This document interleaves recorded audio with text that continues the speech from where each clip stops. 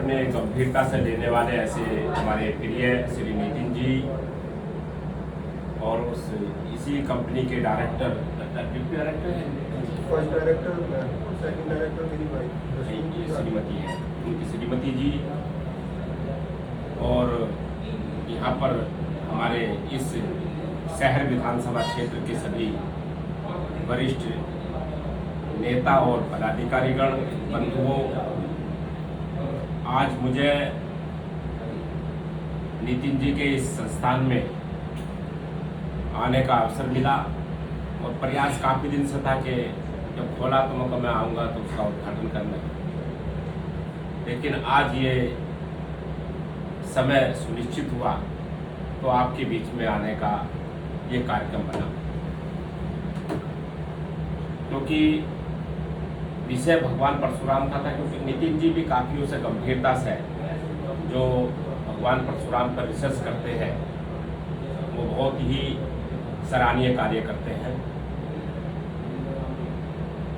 विषय इसमें लिखा भी है सामने।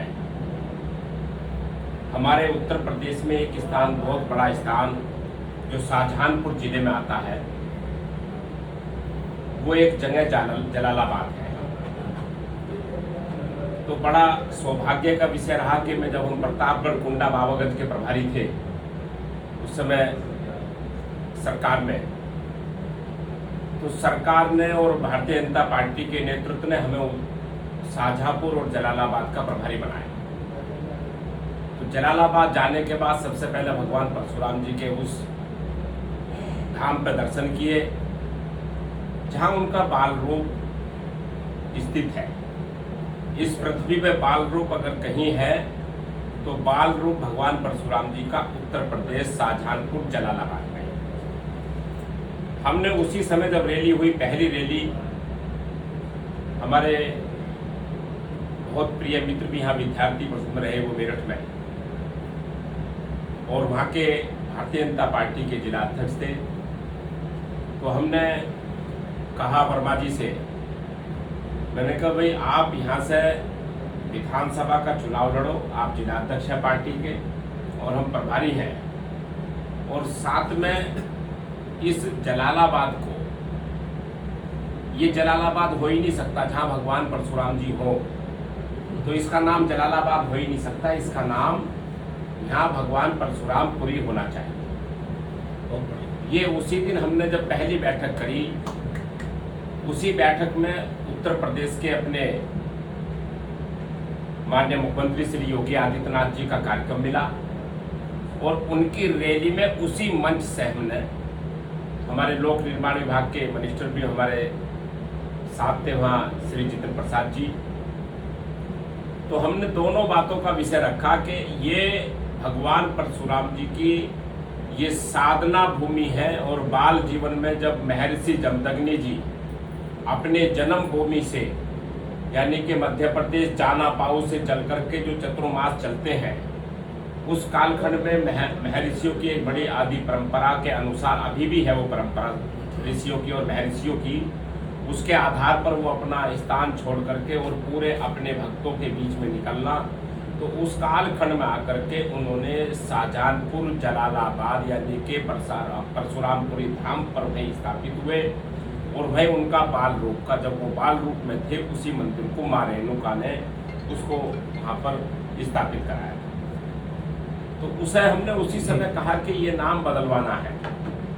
ये जलालाबाद तो हमारे धर्म से विलोम ही नहीं कर पा रहा है। जलालाबाद तो जो मुसलमान वर्ग से दिखाई देता है उसमें आता है, समझ में आता है। तो ये नाम जरूर मुगलों ने या किसी कालखंड के अंदर उसको बदला है और उस नाम को बदलवाना हमारी जिम्मेदारी है, उत्तर प्रदेश के मुख्यमंत्री श्री योगी आदित्यनाथ जी की जिम्मेदारी है और इस पर हमारा वो सपोर्ट करेंगे। हमने उसी समय से पत्राचार करके और उस पर ये तय किया कि जलालाबाद का नाम बदल करके परशुरामपुरी किया जाए।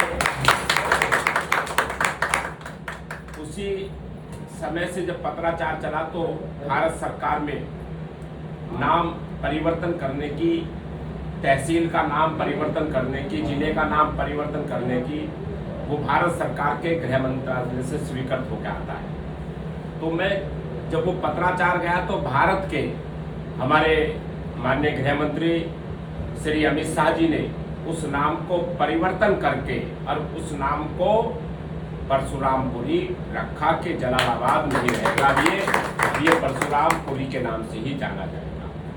और अभी 4-6 दिन पहले आपने देखा होगा, फिर उत्तर प्रदेश के मुख्यमंत्री श्री योगी आदित्यनाथ जी ने उसका नाम यानी कि तहसील का नाम बदल करके, जो तहसील का भी नाम था वो भी परशुरामपुरी के नाम से अभिलेखों में कर दिया है और कैबिनेट में ये फैसला लिया।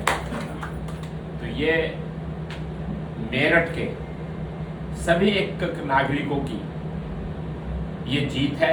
मेरठ के एक यहाँ के जितने भी नायक हैं, हमारे वरिष्ठ लोग हैं, उन सबकी जीत है, क्योंकि मेरठ का इतिहास भगवान परशुराम से जुड़ा इतिहास है। और आप सबको इस बात की जानकारी भी होनी चाहिए। आप लोग जाते तो हैं लेकिन उसका कभी अध्ययन नहीं कर पाते हो। पुरा महादेव जो है वो पुरा महादेव तो गांव है, लेकिन वहाँ परशुरामेश्वर महादेव है, जो वो भगवान परशुराम जी के अथक पूजा और साधना के उपरांत जब भगवान परशुराम जी ने अथक तपस्या यहाँ करी पुरा महादेव में आकर के मेरठ में, तो स्वयंभू भगवान शंकर जी उनसे मिलने आए थे। वो स्थान परशुरामेश्वर महादेव के नाम से है। अब तो वो बागपत में चला गया, लेकिन वो मेरठ का ही पार्ट है, मेरठ में है था। तो भगवान परशुराम जी के यहाँ अनेक जो ऐसे योद्धा थे जिन्होंने निर्माण किया, चाहे वो कर्ण रहे हो, चाहे वो युधिष्ठिर रहे हो, ऐसे योद्धाओं को भी आशीर्वाद इसी भूमि से मिला था। और इस भूमि से मिला करके मेरठ का महत्व बढ़ जाता है।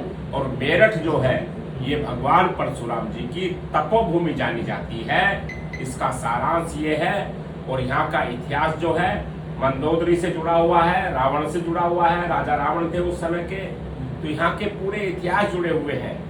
तो हम सबको बड़ी खुशी की बात हुई है कि जलालाबाद का परशुरामपुरी हुआ और उत्तर प्रदेश के मुख्यमंत्री श्री योगी आदित्यनाथ जी ने जो पुरा महादेव में परशुरामेश्वर महादेव है उसके लिए 45 करोड़ रुपए जीर्णोद्वार के लिए स्वीकृत कर दिया गया है। अभी वो कार्य लगातार चल रहा है। तो हम आज इसी क्रम में कि भगवान परशुराम जी की उस तपोभूमि को परशुरामपुरी किया गया, तो ये नितिन जी ने इस कार्यक्रम को यहाँ रखा। तो मैं बधाई देता हूँ कि हमारे मेरठ के नागरिकों को भी, मेरठ के वासियों को भी और मेरठ के शहर विधानसभा के सभी लोगों को पता होना चाहिए कि हम एक अपनी जो ऊर्जा और अपना प्रयास जो है वो सकारात्मक रूप से किस तरफ लगा रहे हैं, अपने संस्कृति पर, अपने धर्म पर, अपने सनातन पर, अपने हिंदुत्व पर हम उस काम को बहुत तेजी से आगे बढ़ा रहे हैं। और दूसरा गरीबों के कल्याण को लेकर के इन चीज़ों को हम निश्चित रूप से लगातार आगे बढ़ाएंगे।